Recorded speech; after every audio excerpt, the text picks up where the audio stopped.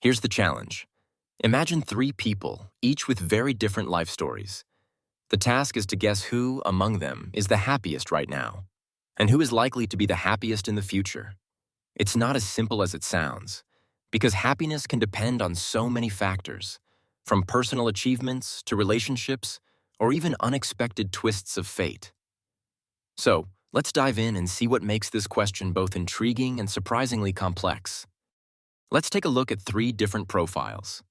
First, there's someone who has just won the lottery, suddenly finding themselves with a fortune and a whole new set of possibilities.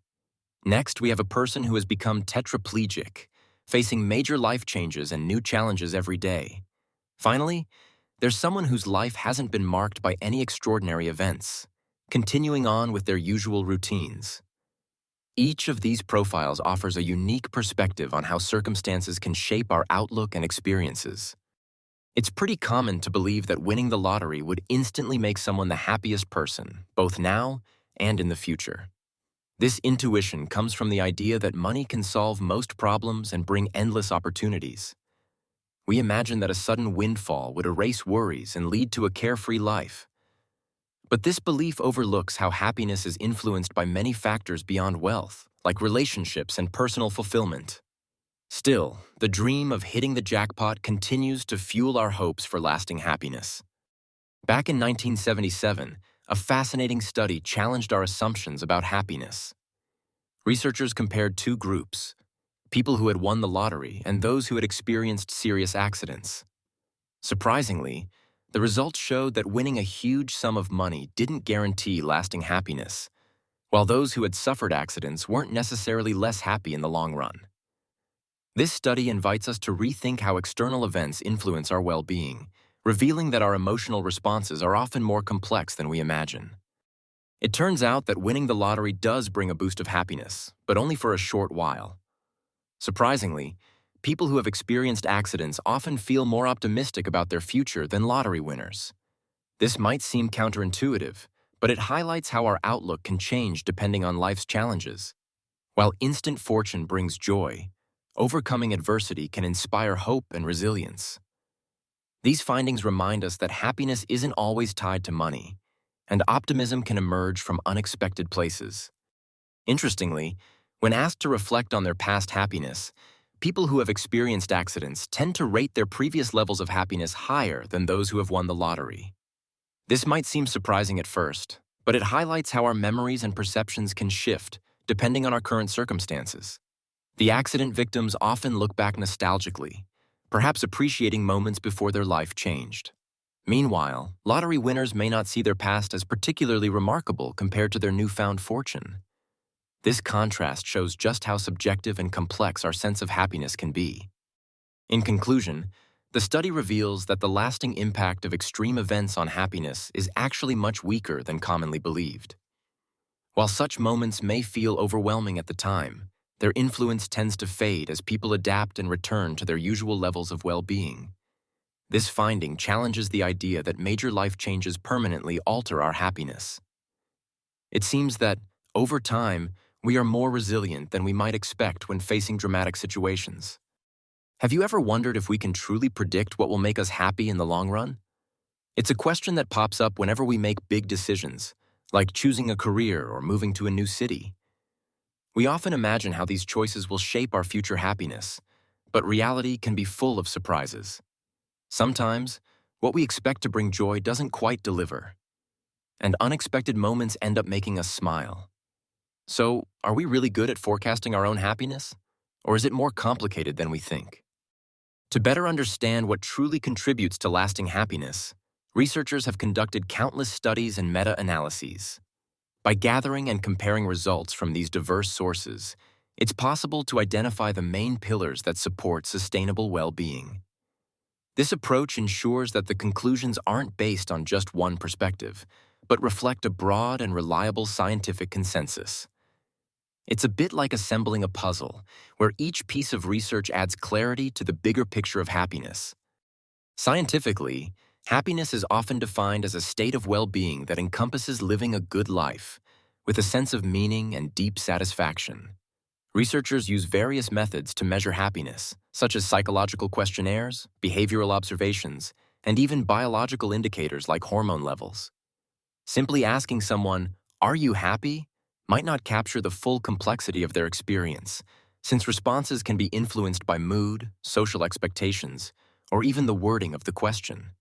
That's why scientists prefer more nuanced approaches, combining multiple tools to get a clearer picture of what happiness really means and how it can be measured. When it comes to measuring happiness, researchers often look at concrete indicators like physical health, stress levels, and life expectancy. These factors are closely linked to how happy people feel in their daily lives. For example, good health and low stress tend to boost overall well-being, while longer life expectancy is often a sign of a supportive environment.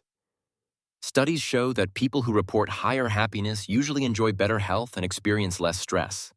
So, these tangible indicators give us valuable clues about what contributes to a happier life. Did you know that happiness can actually influence how long we live? Studies have shown that people who report feeling happier tend to enjoy longer lives and better health overall. It seems that a positive outlook not only boosts our mood, but also has real effects on our physical well-being.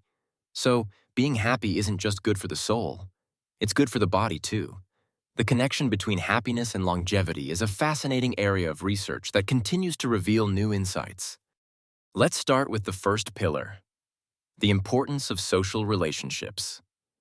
This idea isn't just based on intuition, it's backed by science. The longest study on happiness, which began way back in 1938, found that strong connections with others are a key factor in leading a fulfilling life. Whether it's family, friends, or community, these relationships help us feel supported and boost our well-being. So, investing time in the people around us really does make a difference. The study reveals that when it comes to relationships, quality truly outweighs quantity. Having a few close, supportive connections is more beneficial than simply having a large social circle. Mutual support within these relationships has a significant impact on both health and longevity. People who feel genuinely cared for and supported tend to experience lower stress levels and better overall well-being.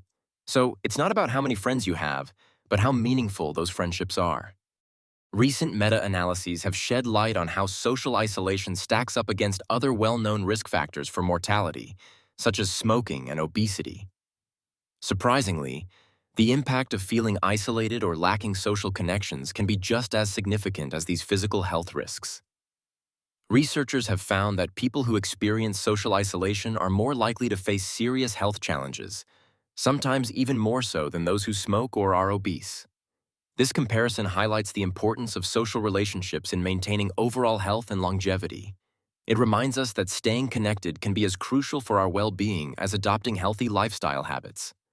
Living in groups has a surprising impact on our biology. When we connect with others, our bodies often release hormones that help reduce stress, making us feel calmer and more secure. This isn't just a modern phenomenon. Throughout evolution, being part of a group offered protection and increased chances of survival. Social bonds helped our ancestors face challenges together, and those benefits continue today. So, whether it's family, friends, or community, our relationships play a key role in keeping us healthy and resilient. Now let's talk about the second pillar, the feeling of progression. This concept is a bit different from simply achieving success or hitting high performance marks.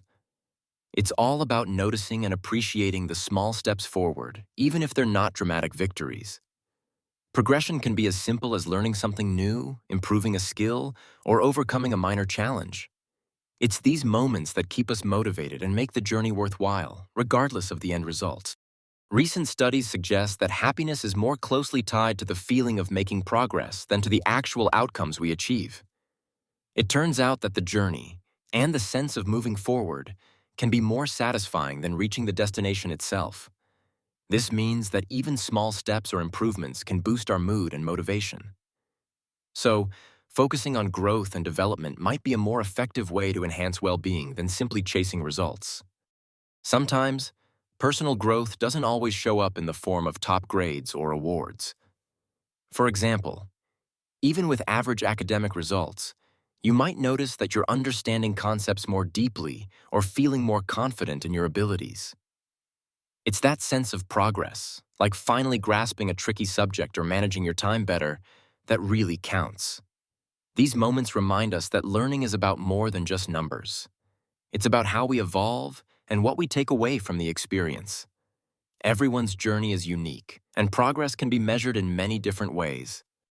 There's a fascinating connection between feeling like we're making progress and experiencing happiness in our daily lives.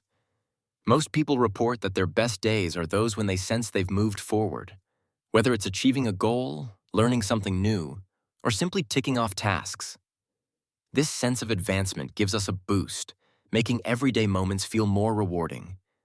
It's not always about big achievements. Sometimes, even small steps can make a big difference in our mood. So, feeling like we're progressing is often at the heart of what makes a day feel good. Now, let's take a look at the third pillar. Autonomy, as described in the self-determination theory.